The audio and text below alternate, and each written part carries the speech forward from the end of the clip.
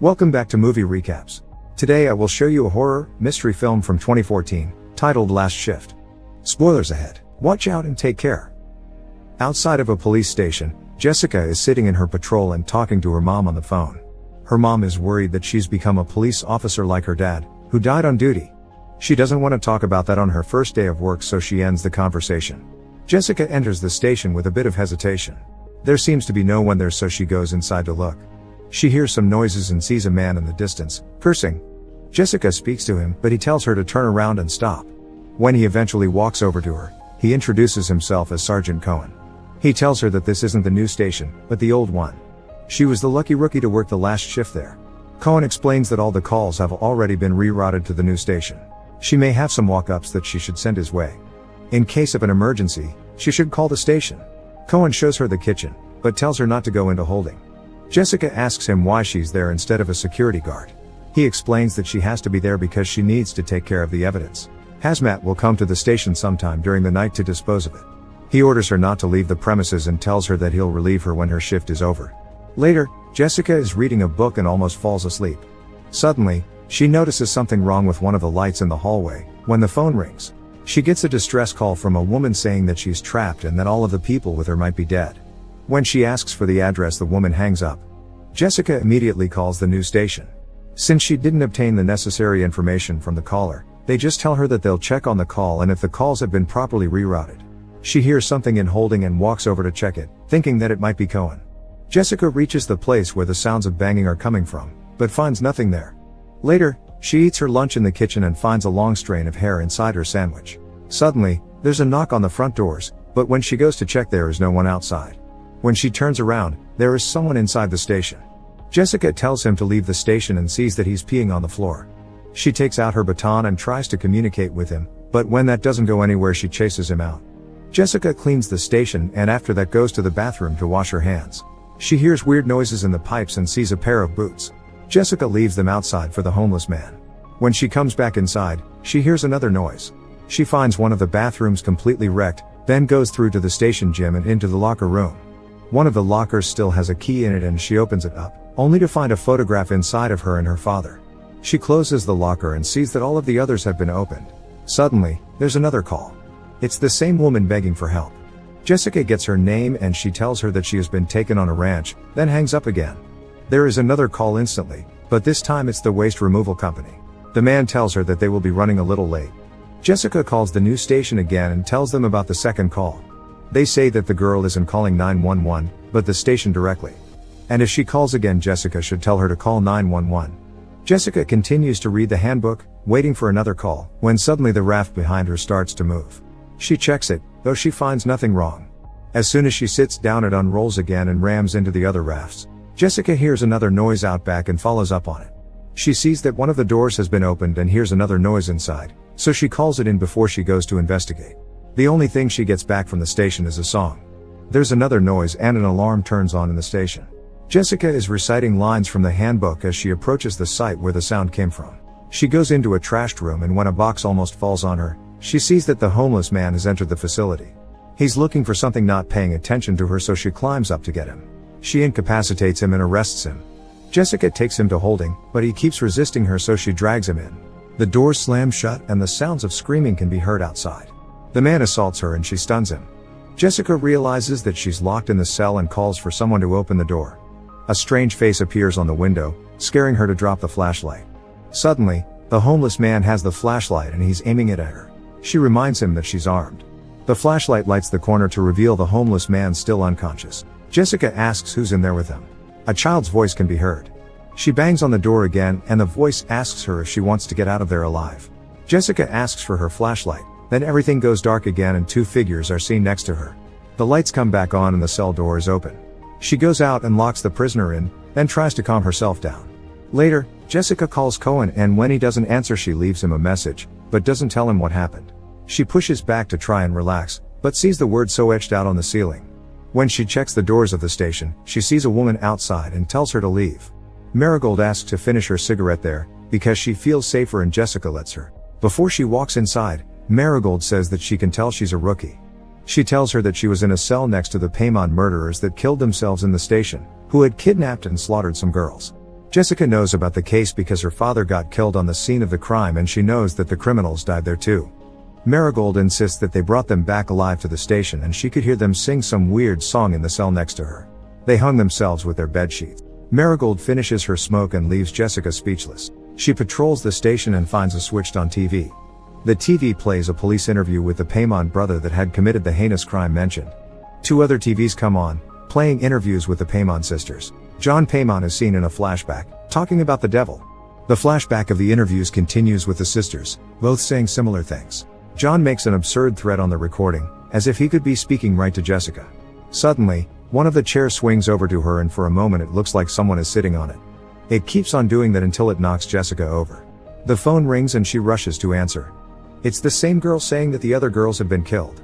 The people that have done that keep singing the same song that Marigold told her about.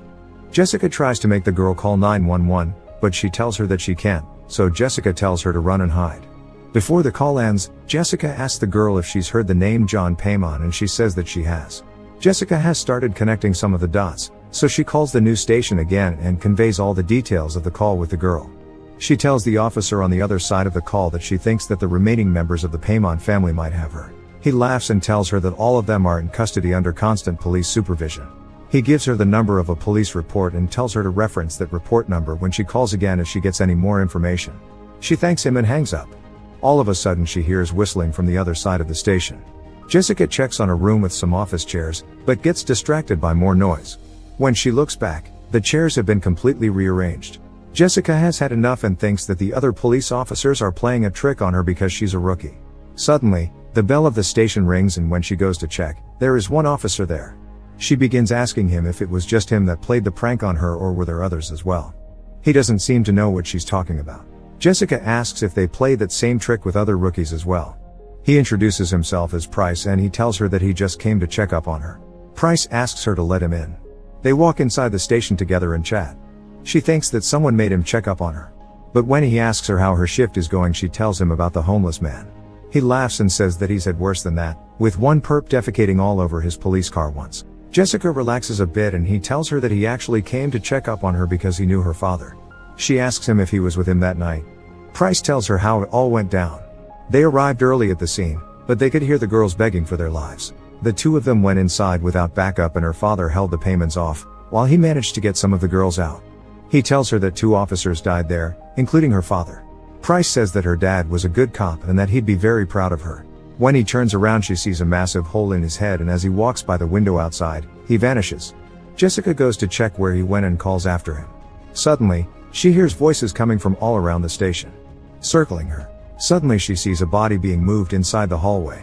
It begins to levitate and it moves in an unnatural way.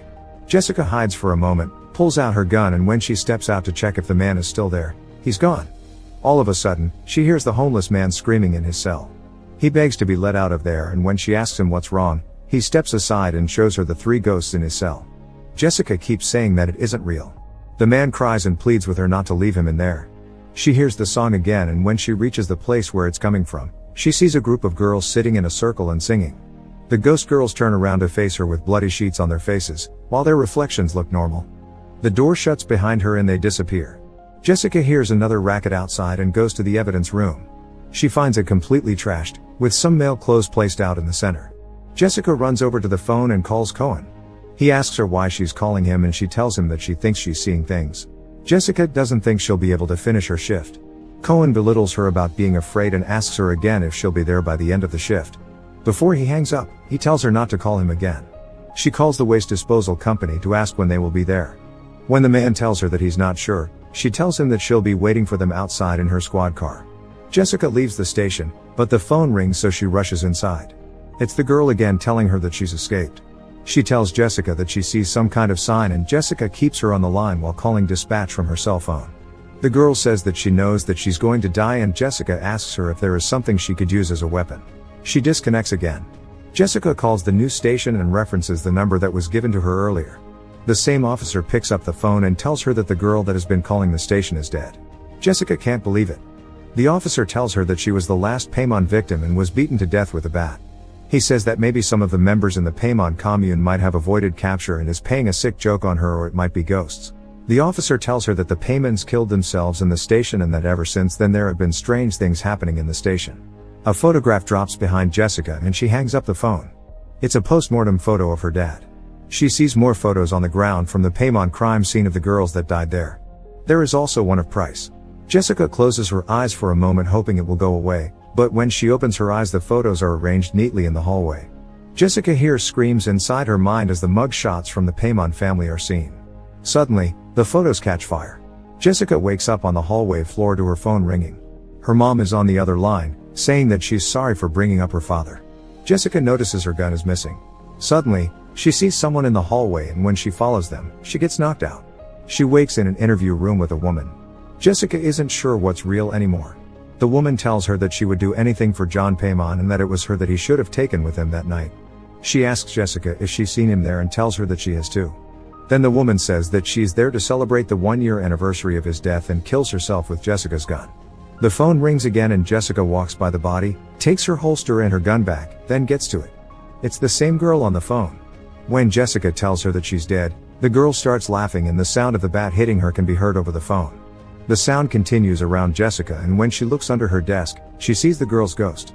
Jessica hides in the rafts and the ghost follows, searching for her. She finds Jessica and tells her that she doesn't want to die. The ghost vanishes and Jessica runs to the door, wanting to get out. She can't unlock the door, nor shoot her way out. Her phone rings. Her dad is calling. He tells her that she's driven like him, but asks her why she's trying to leave when he gave his life for the job. Jessica apologizes, saying she won't. He tells her that the man that killed him is still in the building and that she needs to do something about it. The homeless man suddenly walks past by her. She asks him how he got out and tells him to get down. When she goes to cuff him, he turns into an apparition. Jessica checks the homeless man's cell, only to find him dead. The words "King of Hell" are written on the walls. Jessica tries to call the news station for assistance, but she gets only static on her radio, then a scream and the song again. Blood comes out of the radio and a ghost appears next to her. She sees a projection of the Paymans doing some kind of ritual in their cell and then killing themselves. John turns toward Jessica and takes off the sheet. The ghosts are suddenly next to her and on the projection as well. Price appears as well and shoots himself. John almost gets her, but she finds a photo of her father and recites parts of the law enforcement codex. Her dad calls her again and tells her that they're coming. He says she needs to stop them, whatever it takes. A few men in hoods appear and she shoots at them. They tell her to come and find them. Jessica searches for them and ends up in the evidence room. She hears them again and goes after. Jessica shoots one and continues after the others. She takes out another one and incapacitates another. He starts talking about the devil and she shoots that one as well. Suddenly, she gets shot too. Cohen appears behind her with his gun raised at her. She turns and sees that the man she killed was from the waste disposal company. The real events play out in a flashback. Jessica can't believe it. She's killed all the guys from the company that were supposed to come and take care of the evidence. Cohen calls the situation in, while Jessica sings the Payman song. The 3 Payman ghosts appear and take her. Make sure to subscribe and turn on notifications so you can watch more videos like this. Thanks for watching.